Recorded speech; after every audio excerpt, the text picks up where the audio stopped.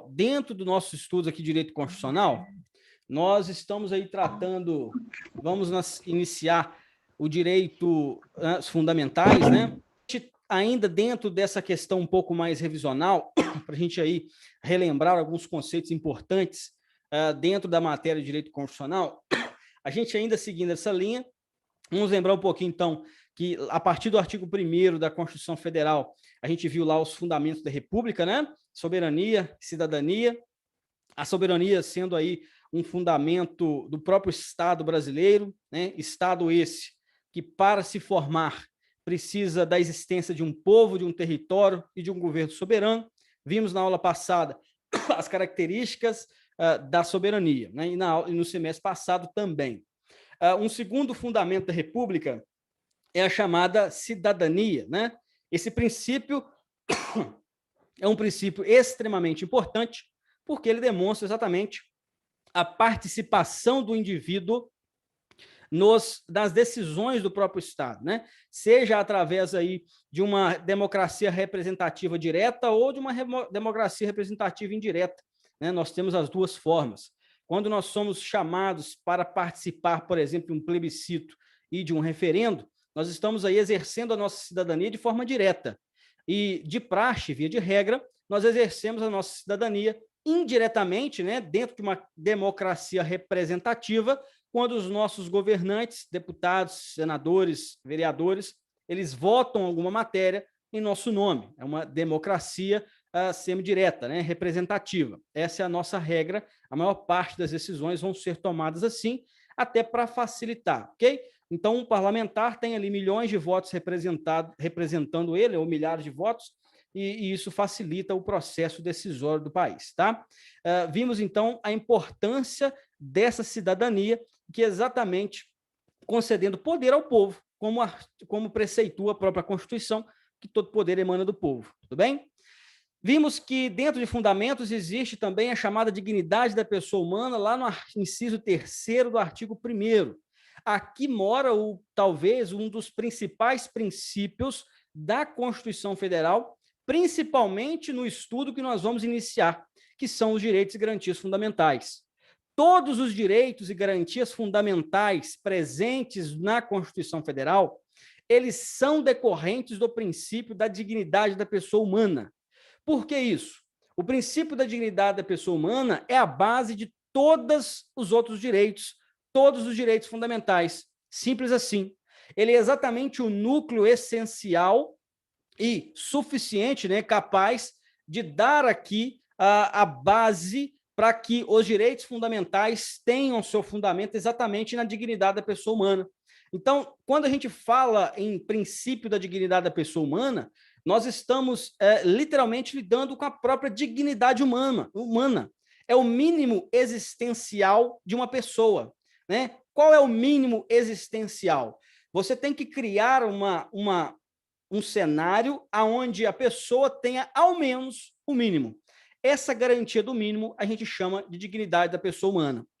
Então, acontece muitas discrepâncias na vida prática quando nós iniciamos ou começamos a analisar o princípio da dignidade humana.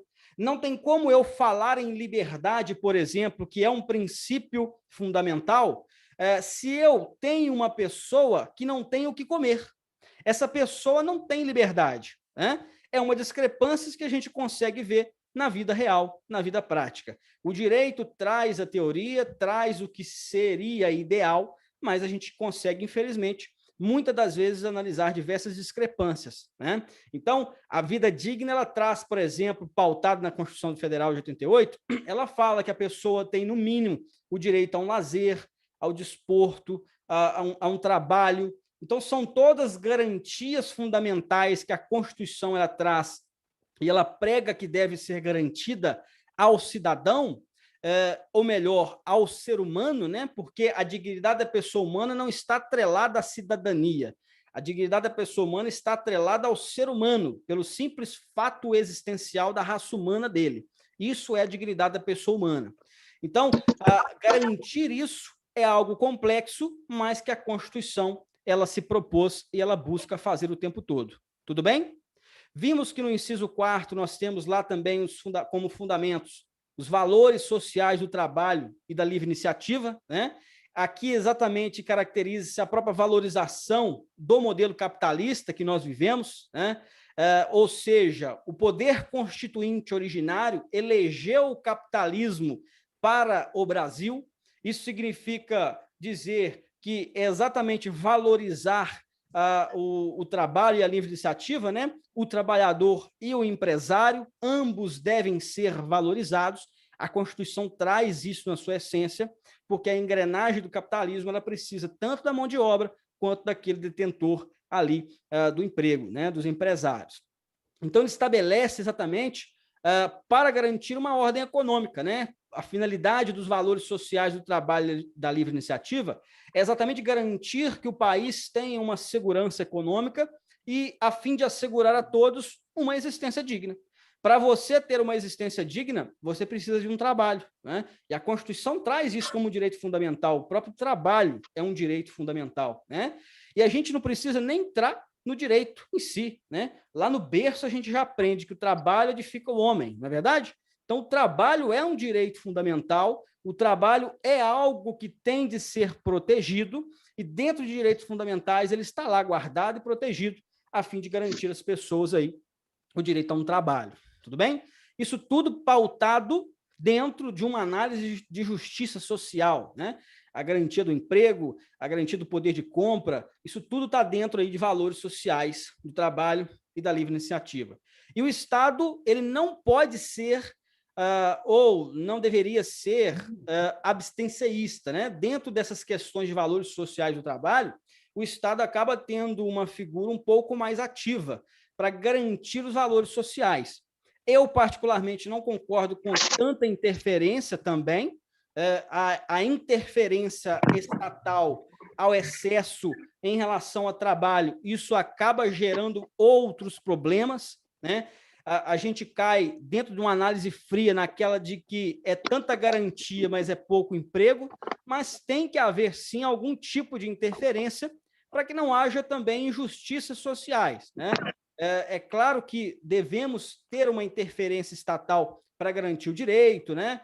O direito a uma indenização, por exemplo, contra um acidente de trabalho, um direito a um cumprimento de salubridade dentro do seu trabalho, mas no Brasil nós temos uma característica de muitas interferências, né? O Brasil é um país que se caracteriza por interferir muito na seara do trabalho, e isso, ao meu ver, acaba gerando problemas também, inclusive tendo consequências nas próprias garantias de emprego, né? A gente, por exemplo, o Brasil, para você ter um funcionário, isso é lógico que é direito do trabalho, mas cabe aqui na nossa matéria também para raciocinarmos, um empregado, eu acho que é quase 3 vezes mais do que ele custa realmente do dinheiro da ponta, né, do empregado. Para o empresário, é quase 3 vezes mais. Então, isso tudo gera uma série de consequências e que dificulta o emprego, né, que é um direito fundamental. Então, são coisas que têm de ser analisadas o tempo todo pelos governantes, a fim de buscar melhores soluções e facilitar a garantia do emprego, né? Aí uma grande obrigação dos administradores públicos é garantir uma economia saudável e que essa economia possa gerar o emprego, né? Porque não é o Estado que gera emprego, né? São as políticas públicas geridas pelo Estado que, se ele conseguir uma economia saudável, a iniciativa privada saudável economicamente vai gerar o emprego, né? Então, é tudo uma engrenagem que depende um do outro, ok? E nós temos aí, ainda como fundamento da República, o pluralismo político, né? O pluralismo político é, na verdade, aí o verdadeiro enaltecimento de uma sociedade plural.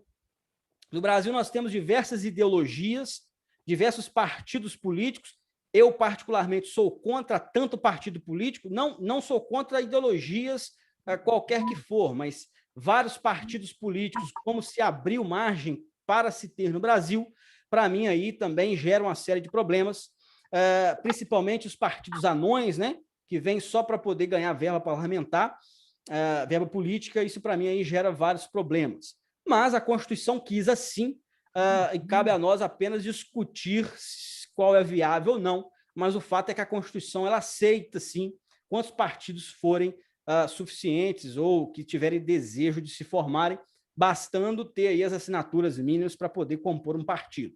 Porque o pluralismo político é um fundamento da República, você pode pensar de diversas formas e pode aí integrar um partido para isso. Agora, a Constituição ela traz algo interessante, que esse pluralismo político, apesar de existir aí reflexo a ele uma liberdade de expressão para você enaltecer a sua ideologia, existe um detalhe. Os partidos políticos enaltecem uma sociedade plural, mas esses partidos políticos e essas ideologias, elas têm de obrigatoriamente respeitar a pessoa humana e a liberdade da pessoa humana.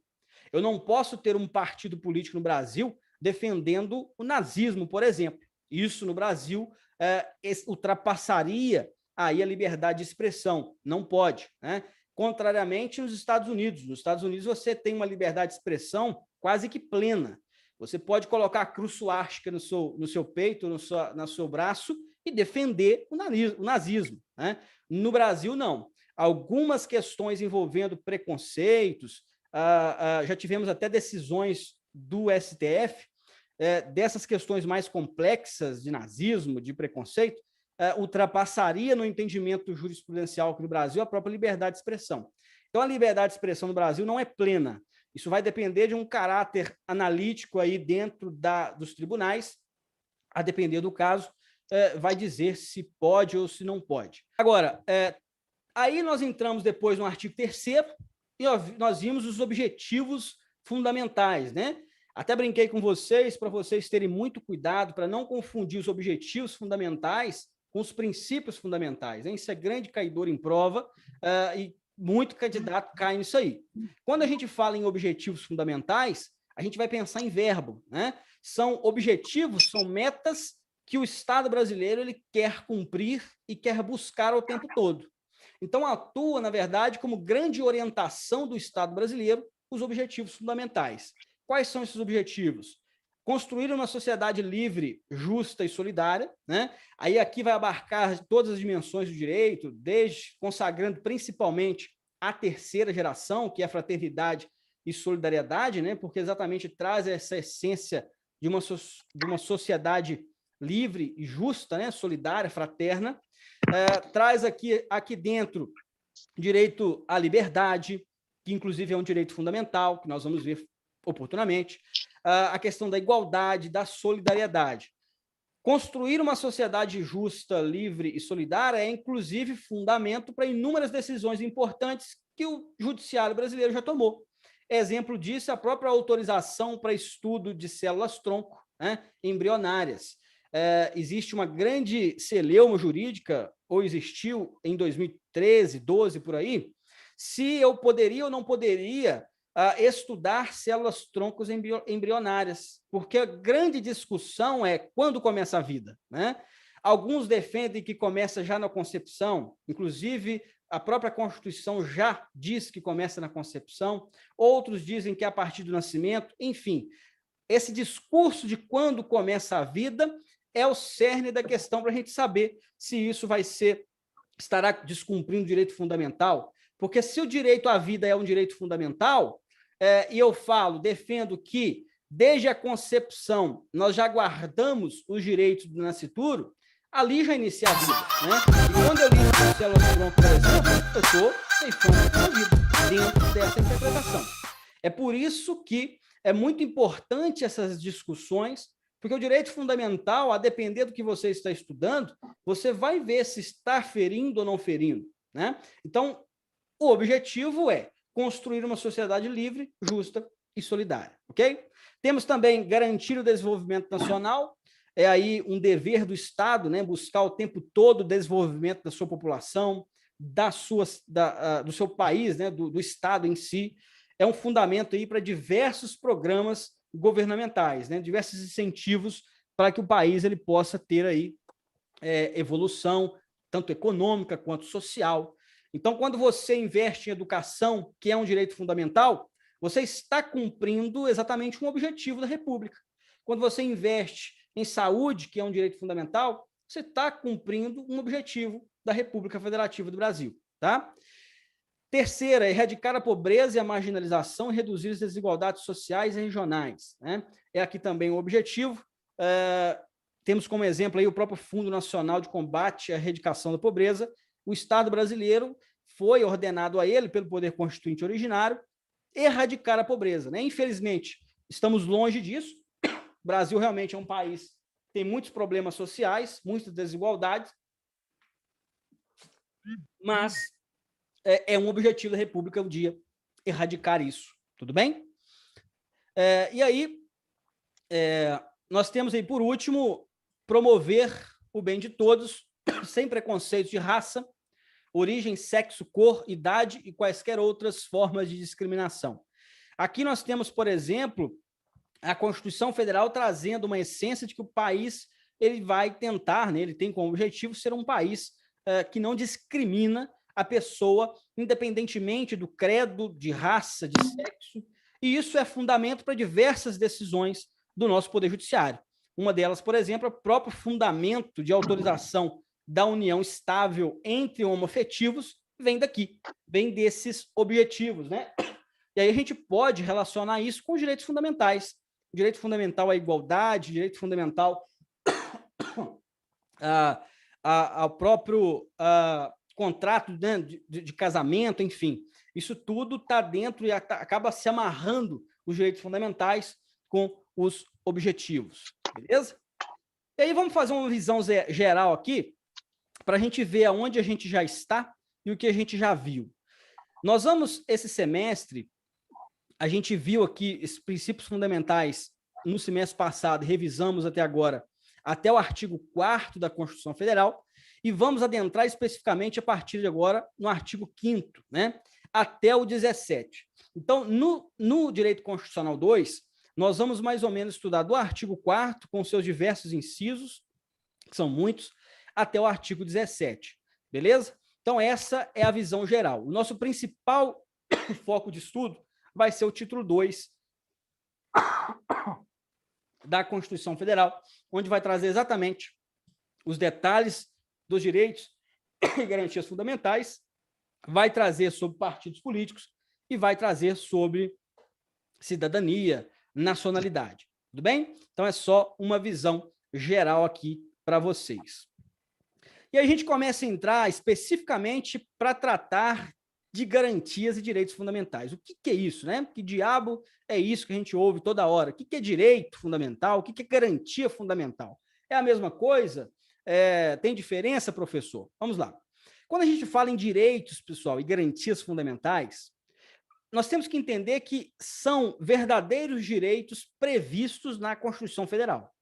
Então, direitos e garantias fundamentais são direitos que estão previstos na Constituição Federal, e esses direitos são inerentes especificamente à pessoa humana. Então, todo direito que está na Constituição, e esse direito ele está atrelado ao fato de ser humano, isso é um direito fundamental. Tudo bem? Então, o direito e a garantia fundamental, ele tem um único objetivo. Qual é? Proteger a dignidade da pessoa humana. Observem, senhores, aqui que já temos uma relação com o próprio fundamento da República, que é o princípio da dignidade da pessoa humana.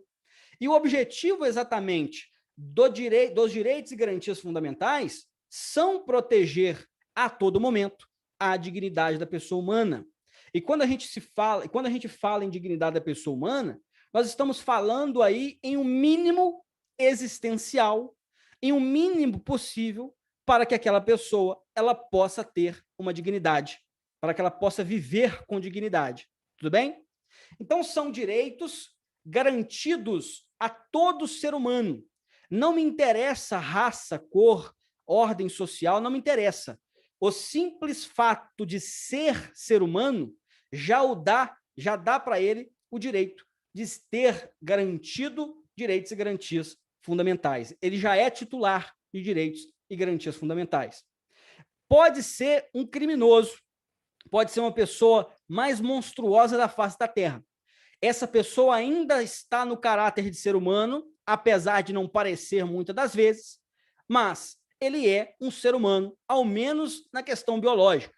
Então, essa pessoa que mesmo cometendo atrocidades, sendo um criminoso, ela ainda terá direito à sua garantia, né, aos seus direitos e garantias fundamentais. Tudo bem? Então, essas garantias são verdadeiras formalizadoras da existência humana, da dignidade da pessoa humana. Tá? Esses direitos e garantias fundamentais têm como uma característica eles não nasceram de um dia para a noite, né? Eles acompanham muito, na verdade, as gerações do direito. A gente vai ver aqui um histórico dos direitos e garantias fundamentais, mas as garantias formalizadas dentro desses estudos foram nascendo ao longo da história, ok? É muito comum a gente atrelar direitos e garantias fundamentais com direitos humanos, né? Realmente se parece muito, mas existe uma diferença aqui um pouco singela, né? Quando a gente fala em direitos humanos, por exemplo, a gente está relacionando aí a direitos mais em caráter internacional, de uma visão mais geral. E quando a gente fala em direitos e garantias fundamentais, nós temos aí um direito mais interno, que está ali atrelado à questão interna do país. Então, nós temos os nossos direitos e garantias fundamentais, muitos deles refletidos de direitos humanos. Entenderam isso? Então, esses direitos e garantias fundamentais são que estão previstos aqui para dentro no nosso país. Essas questões de direitos e garantias fundamentais, ela teve um grande passo inicial que os estudiosos apresentam como sendo aqui a própria Revolução Francesa, né? Sempre, né, quando se fala em geração de direitos e dimensões de direitos, o marco inicial realmente é a Revolução Francesa, porque vem lá daquele lema, né, da Revolução Francesa de liberdade, igualdade e fraternidade. Então, o primeiro grande marco da conquista de direitos fundamentais para o ser humano realmente inicia aqui com a Revolução Francesa. Após a Revolução Francesa, nós tivemos, em 1948, a própria Declaração dos Direitos Humanos, né, que ali trazia, por exemplo, a própria prescrição de habeas corpus, né? Vocês de direito penal provavelmente já viram ou já ouviram falar de habeas corpus, que é uma garantia fundamental para você garantir o direito de ir e vir, né? Se a pessoa foi presa injustamente ou ilegalmente, você tem uma garantia fundamental para fazer cercear aquela ausência de liberdade através de um habeas corpus. Então, isso começa a vir exatamente nessas constituições, nesse período aqui pós-Revolução Francesa. A nossa Constituição Federal de 88, ela refletiu muito esses períodos que nós estamos comentando aqui, né? A Constituição de 88, ela refletiu o que fora estabelecido na própria Carta de Direitos Humanos.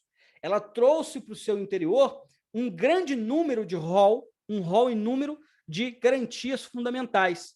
Isso tudo com um único objetivo, colocar ou manter no ordenamento jurídico esses direitos importantes inerentes à pessoa humana, né? Então, a nossa Constituição Federal, carinhosamente chamada de Constituição Cidadã, é uma Constituição muito caracterizada por ter direitos e garantias fundamentais.